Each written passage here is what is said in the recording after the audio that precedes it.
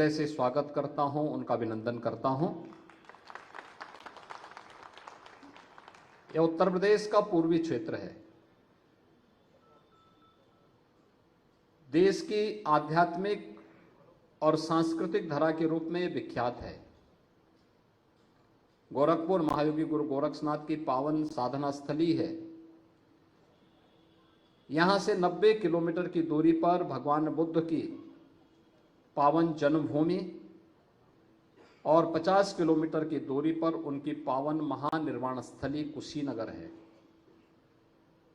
गोरखपुर से 25 किलोमीटर की दूरी पर संत कबीर की महापरिनिर्वाण स्थली मगहर है, तो 150 किलोमीटर की दूरी पर प्रभु श्री रामलला की पावन जन्मभूमि अयोध्या धाम भी आता है।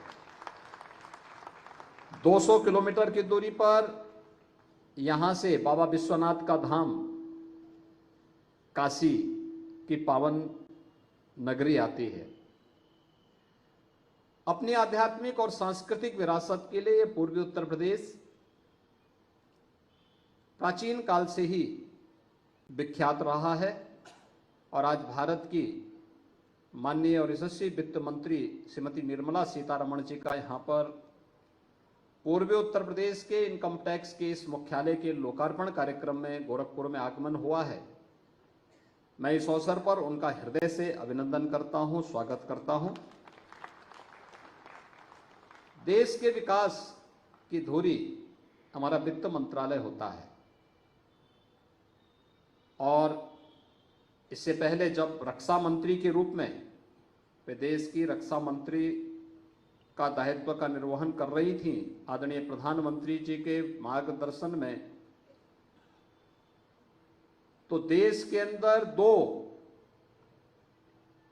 डिफेंस मैन्युफैक्चरिंग कॉरिडोर की घोषणा हुई थी और उस समय उन्होंने एक डिफेंस कॉरिडोर उत्तर प्रदेश को दिया था।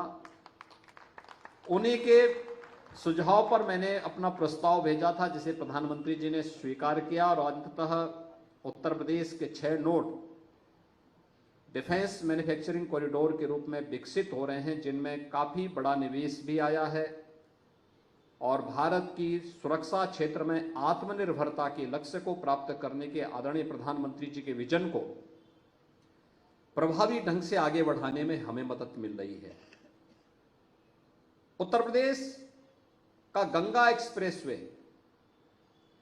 आज पश्चिमी उत्तर प्रदेश को पूर्वी उत्तर प्रदेश से जोड़ने का एक महत्वपूर्ण एक्सप्रेसवे है। लगभग 600 किलोमीटर के इस एक्सप्रेस हाईवे के लिए जब जीएसटी काउंसिल की बैठक में आप लखनऊ में पधारी थी, तो उस समय आपने बैंकों को इसके लिए तैयार किया था कि वे इसके लिए फाइनेंस करें और मुझे बताते हुए प्रसन्नता है कि प्रयागराज कुंभ अगले वर्ष आने जा रहा है। उससे पूर्व हमारा प्रयास है कि हम गंगा एक्सप्रेसवे को राष्ट्र को समर्पित कर सकें। प्रदेश और देश के विकास के लिए आपकी एक सकारात्मक दृष्टि अभिनंदनीय है और मैं इस अवसर पर आपका हृदय से स्वागत करता हूं, अभिनंदन करता हूं। हम सब जानते हैं भारत आज दुनिया के अंदर एक बहुत तेजी के साथ उभरती हुई एक नई अर्थव्यवस्था है और किसी देश के लिए इससे अच्छा अवसर क्या हो सकता है कि जब वह अपनी आजादी का अमृत महोत्सव मना रहा हो, तब वह उस देश को इस मामले में पीछे धकेल रहा है जिस देश ने लगभग 200 वर्षों तक उस पर शासन किया हो।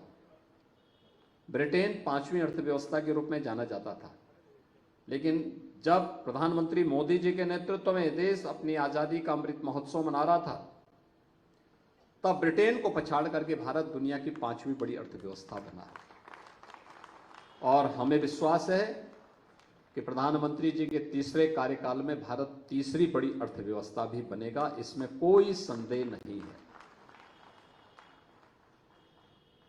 देश के अंदर इनकम टैक्स के द्वारा अपने टैक्स पेयर के लिए जो 7 हब निर्मित किए जा रहे हैं, उनमें से एक गोरखपुर भी बनाया जा रहा है, जिसमें इनकम टैक्स के जो टैक्स पेयर हैं, जो आयकर दाता हैं, उनकी काउंसलिंग के लिए, उनकी किसी भी प्रकार की असुविधा को दूर करने के लिए मैं हृदय से प्रधानमंत्री जी का भी और माननीय वित्त मंत्री जी का इसके लिए आभार व्यक्त करता हूं।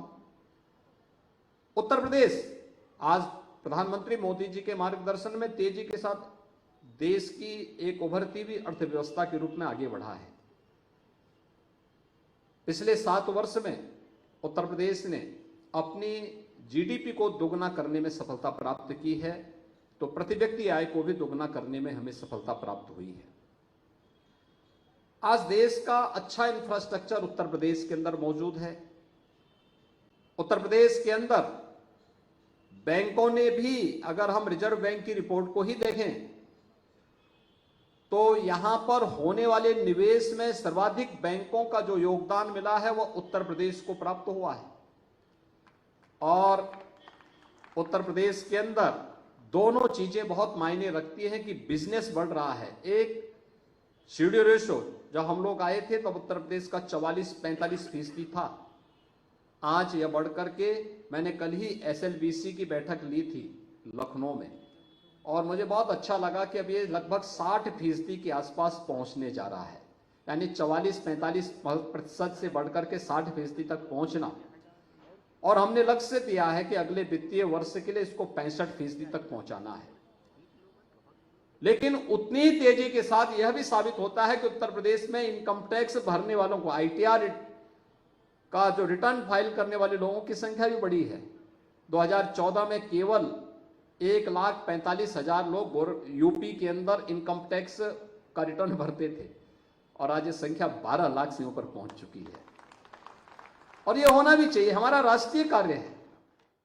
अगर टैक्स पेयर से हमने पैसा लिया है तो पैसा ईमानदारी के साथ सरकार के खजाने में जाना चाहिए, और सरकार भी उसको और सरलीकरण करने का कार्य कर रही है, जिससे एक टैक्स पेयर को भी सुविधा हो, और साथ साथ हम लोग जो पैसा सरकार का है, क्योंकि यही पैसा जब टैक्स के रूप में कलेक्ट होता है, चाहे वह इनकम टैक्स के रूप में हो, चाहे वह जीएसटी के रूप में हो, चाहे किसी भी प्रत्यक्ष या अप्रत्यक्ष टैक्स के रूप में जो भी पैसा आएगा, यही देश के विकास में आगे बढ़ पाएगा और देश की इकोनॉमी को या ग्रोथ करेगा, आगे बढ़ाने का कार्य करेगा।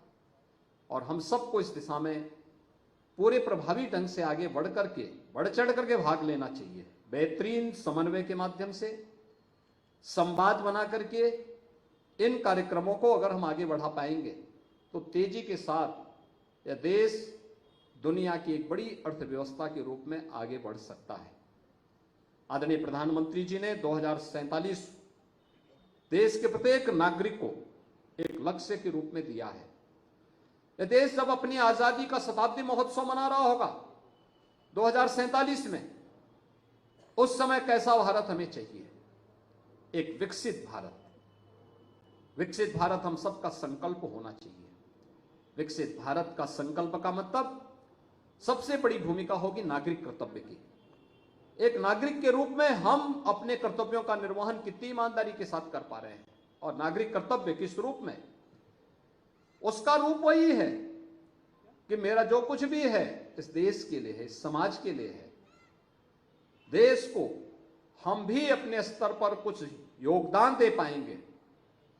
एक सामान्य टैक्स पेयर उस रूप में योगदान दे सकता है, एक नागरिक अपने रूप में उसका योगदान दे सकता है, एक व्यापारी अपने रूप में उसका योगदान दे सकता है, अधिवक्ता अपने क्षेत्र में इसमें योगदान दे सकता है।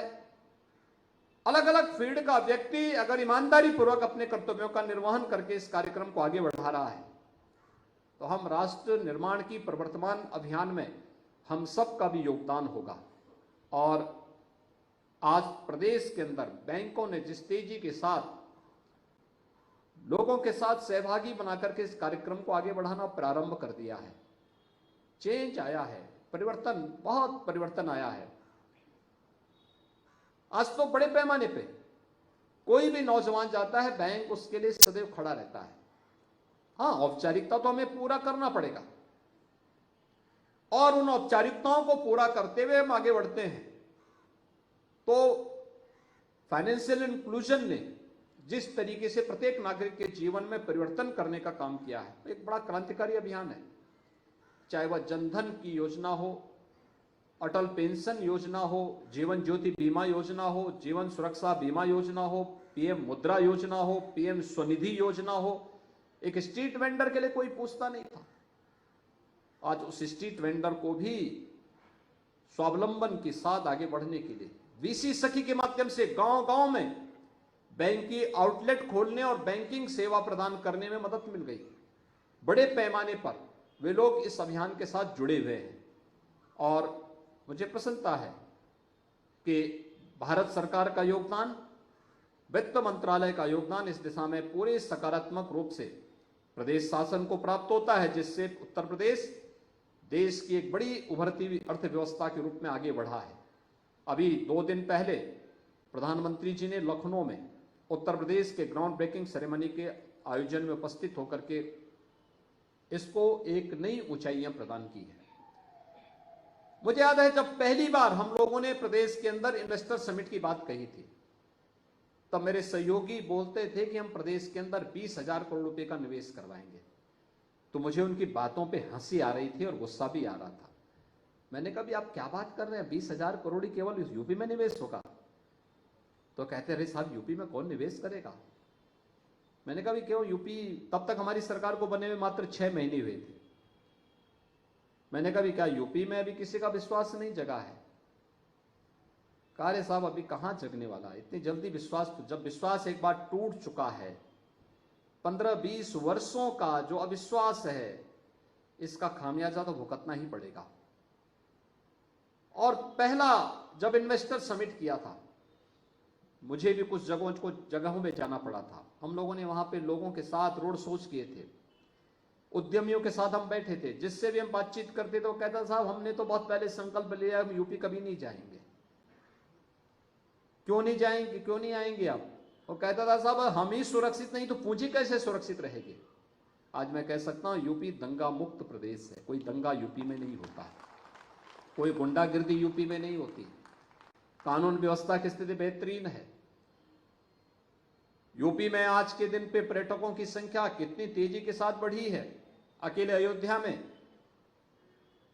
कल अयोध्या में प्रभु श्री रामलला के विराजमान होने का 1 महीना पूरा होने जा रहा है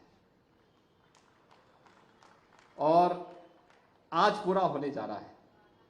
और इस अवसर पर अगर आप देखेंगे कि पिछले 1 महीने के अंदर लगभग 62 से 65 लाख श्रद्धालु अयोध्या धाम में पधारे हैं। आप सोच सकते हैं। मैंने वहां के व्यापारियों से पूछा, मैंने कहा भी क्या इसका बिजनेस पे असर पड़ा? क्योंकि हम जब वहां के इंफ्रास्ट्रक्चर को चौड़ा कर रहे थे, सड़कों को चौड़ा कर रहे थे, कुछ लोग विरोध कर रहे थे। मैं समझा रहा था उनको, मैंने कहा देखो जिसकी दुकान जाएगी उसको दुकान देंगे, जिसका मकान जाएगा उसको मकान देंगे, जिसको ये दोनों नहीं चाहिए उसको पूरा कंपनसेशन भी देंगे। 3-4 राउंड की बातचीत मुझे स्वयं करनी पड़ी थी। उस समय लोगों को लगता था कि या तो एक काम पूरा नहीं होगा या मैं झूठ बोल रहा हूं। मैंने कहा देखो भाई हम लोग झूठ नहीं बोलते, हम तो प्रभु राम को अपना आदर्श मानते हैं और हमारा यही मानना है कि रघुकुल रीति सदा चली आई, प्राण जाए पर वचन न जाए। जब एक बार बोल दिया तो उसको हर हाल में लागू करेंगे, चिंता मत करिए, जरूर होगा। सभी का पुनर्वास किया गया, हर एक को दुकान दी गई और परिणाम क्या है? आज जब मैं 1 सप्ताह के अंदर ही गया था, प्रभु रामलला के विराजमान होने के 1 सप्ताह के अंदर अयोध्या गया था, तब मैंने वहां के उद्यमियों और व्यापारियों से पूछा कुछ लाभ हुआ?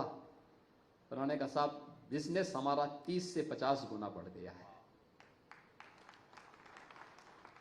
और केवल ये तो व्यवसाय की मैं बात कर रहा हूं,